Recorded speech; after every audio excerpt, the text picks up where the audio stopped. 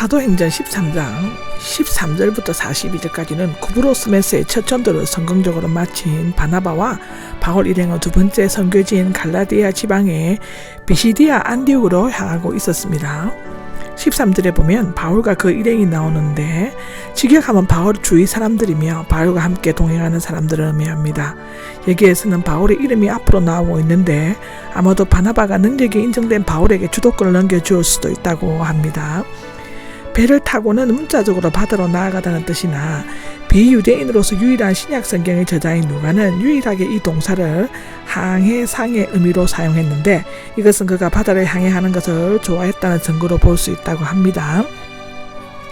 밤빌리아에 있는 버가가 나오는데 밤빌리아는 소아시아 남쪽 타우루스 산맥과 지중해 사이에 있는 해안 지방이며 그 수도는 버가입니다. 그들은 바보에서 280km 정도를 향해 끝에 아탈리아의 상륙에서 약 20km 거리를 육로로 버가에 도착했을 것이라고 기록되어져 있습니다. 버가의 북부 아클로폴리스에는 아데미 신전이 있어서 복음을 전하기에 여러 가지 어려움이 예상되었습니다. 요한은 예루살렘으로 되돌아갔다가 나오는데 그 이유는 여러 가지 추측이 있지만 첫째로는 전도 여행에서 소아시아가 예정되지 않았으므로 계획이 변경되자 따라가지 않았다고 되어 있는 것도 있고, 두 번째로는 소아시아에서 예측되는 복음 선교의 어려움을 놓고 의견이 엇갈렸다고 되어 있습니다. 세 번째는 바나바 중심에서 바울 중심으로 옮긴 것임에 불만을 품었을 수도 있다고 하고, 네 번째로는 유대적 편견에 사로잡혀 있던 그가 바울의 자유주의적 입장이 싫었기 때문일 수도 있습니다. 아니, 익숙하지 않았기 때문이었겠죠. 사람은 자기보다 다른 것을 굉장히 두려워하는 것입니다. 다섯 번째는 집을 그리워하는 잠재된 향수병인데 확실한 이유는 알 수 없지만 이 사건은 제2차 여행 때 그를 데리고 가는 문제가 큰 다툼의 원인으로 되었다고 사도행전 15장에는 이야기하고 있습니다. 14절입니다. 비시디아의 안디옥인데 비시디아는 밤빌리아 북쪽에 위치한 길이 196km, 폭 80km가량의 면적을 가진 지방이라고 하며 도둑들이 많이 있었다고 고린도후서 11장 26절에는 말하고 있습니다. 안디옥은 비시디아 국경에 있었고 수리아 안디옥과 구별하기 위해 비시디아 안디옥이라고 불렀습니다. 안디옥은 버가에서 약 177km 떨어져 있고 해발 1097m의 지점에 있었다고 하는데요. 도시에는 많은 유대인들이 살았고 은퇴한 군인들이 땅을 무상으로 받고 로마 시민이 되어 집단으로 거주하였다고 합니다. 안식일에 해당에 들어가 앉았다인데 그들은 유대인들이 허락하는 한 해당에서 말씀을 전하였는데 해당은 건물과 정기적인 모임 그리고 구약 성경을 알고 있는 사람들이 있어서 말씀 전하는 데는 매우 효과적이었다고 합니다.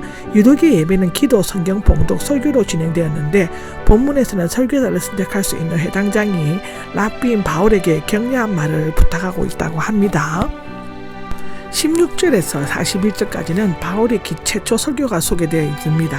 스데반의 설교와 비슷하며 둘 다 하나님께서 자신의 백성을 어떻게 다루셨는가 역사적으로 요약하여 말하고 있고, 그런데 스데반은 아브라함과 조상들로부터 시작한 반면 바울은 출애굽부터 시작하고 있죠. 16절을 보면 손짓을 하며가 나오는데 예수님을 랍비의 습관과 같이 앉아서 가르쳤지만 바울은 헬라의 웅변가처럼 일어서서 손짓을 하며 말하였다고 합니다. 손짓을 하는 것은 청중을 조용하게 하고 주의를 끄기 위한 것인데 바울의 설교 내용은 크게 5가지로 나눌 수 있다고 합니다. 첫째로는 인사말인데요. 당시 해당에는 두 분류 청중들이 있었습니다. 이스라엘 동포는 흩어진 유대인이고 하나님을 경외하는 여러분들이 여는 유대교를 개종한 이방인들로서 의식이 없는 해당 예배는 참여했지만 유대인들의 할례 의식이나 엄격한 율법 준수 등에는 찬성하지 않았다고 합니다. 여기 둘째로 이스라엘의 역사를 회고함인데 여기 17절을 보면 호의적으로 청중에게 이스라엘 역사의 하나님에 대한 말한 다음 자신은 그들과 같은 후손임을 강조하는 것이라고 하고요. 하나님께서는 아브라함과 그 자손들이 자기 언약의 백성으로 선택하였다고 출애굽기 16장, 신명기 7장, 시편 33장에 나오는데 애국 땅에서 인도에 내셨습니다는 애국적인 입장에서 하나님의 직접적인 개입으로 말미암아 이스라엘 민족이 애굽의 속박으로부터 구원을 받았다고 그것을 감사한다고 가르쳤다고 합니다.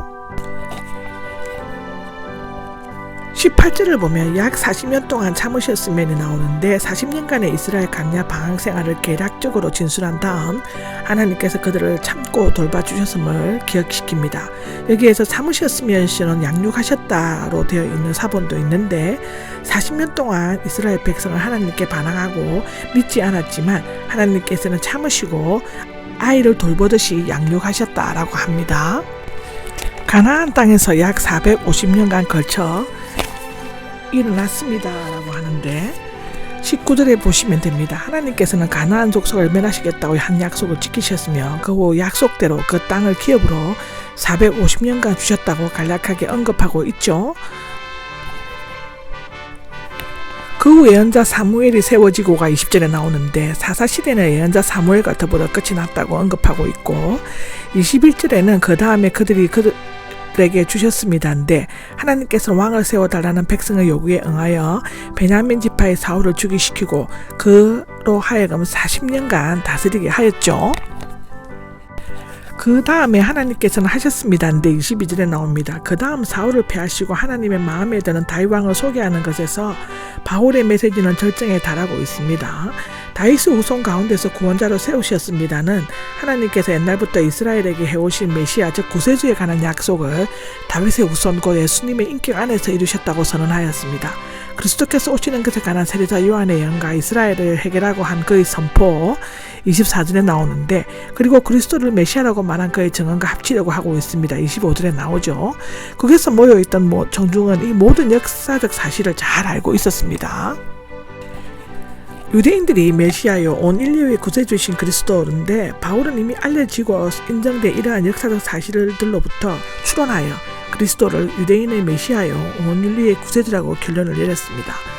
아브라함의 후손과 하나님을 경외하는 여러분이 26절에 나오는데 다시금 청중들의 관심을 끌기 위해 친근하게 부르고 있죠. 하나님께서는 우리에게 보내주셨습니다인데 26절 하반절에 나옵니다. 옛날부터 기다리던 아이가 이미 태어났으며 그러한 영광스러운 일이 일어났음을 알리는 것이 자신의 임무라고 대담하게 선언하고 있는 것입니다. 그러나 예루살렘에서 무덤에 두었습니다인데 27절에서 29절까지의 얘기입니다. 예루살렘의 유대인들이 그리스도를 거절하여 산헤드린의 판결을 잘못되었다고 말하는 것이지요. 하나님께서는 일으키셨습니다가 나오고 그 후 예수님께서 증언하는 그 사람들입니다가 31절에 나옵니다. 이 사실을 뒷받침하기 위해 그리스도께서 부활하신 후 설교자 자신을 포함하여 이제 백성 앞에 그의 증인이 제자들에게 나타나셨다는 사실을 들고 있습니다. 여기까지가 31절이죠. 곧 하나님께서 섞지 않으셨습니다가 33절에서 37절에 나오는데 바울은 죽은 자 가운데서 그리스도께서 부활하심으로써 유익이 되었다고 말한 다음 그리스도께서 죽음에 대해 영원히 승리하게 되리라는 것이 분명히 예언되어 있는 다윗의 시편을 언급함으로써 그리스도의 부활이 사실임을 입증하는 것입니다. 그리스도의 대속적인 죽음과 부활이 유익한 점은 첫째로는 죄가 용서된 것이고 두 번째로는 믿음으로 말미암아 의롭다함을 받은 것입니다. 39절에 나오죠. 그리스도인이 받은 은혜가 모세의 율법보다 탁월하다고 39절에 말하고 있는데 믿는 사람은 그리스도 안에서 모든 것으로부터 벗어나 의롭게 된다고 하는 것입니다. 청중들에게 경고하고 호소함이 나옵니다. 청중들에게 조상들이 광야에서 당한 운명을 겪지 않도록 하라고 진지하게 경고하고 간절하게 호소하고 있는 것이 40절과 41절이죠. 베드로와 스데반은 자기의 말이 옳다는 것을 입증하기 위해 모세를 인용했지만 바울은 다윗에게 호소하고 있습니다. 그러나 이 세 사람의 설교의 결론은 일치하고 있죠. 첫째로는 하나님의 음성을 듣지 않다가 당한 조상들의 전체를 받지 않도록 조심하라고 한 엄중한 경고입니다. 두 번째로는 하나님께서 그들을 구원하시기 위해 권능을 발휘하시는 것을 언급하고 있는데 41절을 말합니다. 바울의 첫 번째 설교에는 율법으로 의롭다함을 받는다는 교리가 대조되고 이신칭례의 교리가 나타나고 있습니다. 이 설교에서 생기는 교리들로 하나님의 섭리, 전능하심, 심판, 회개, 계시, 그리스도의 죽음, 부활, 현현, 그리스도께서 하나님의 아들 되심, 그리고 죄의 용서 등이 있습니다. 여기 42절을 보면 그들이 나올 때 요청하였다가 나옵니다. 바울의 설교는 사람들의 깊은 관심을 불러일으켰습니다. 여기에서 이스라엘의 죄를 지적당하자 스데반은 죽일 정도로 격분했던 유대인들의 모습을 찾아볼 수가 없었습니다. 더욱이 유대교회에 해당해서 예배 중에 행한 설교이기 때문에 나름대로의 제약도 있었을 것입니다.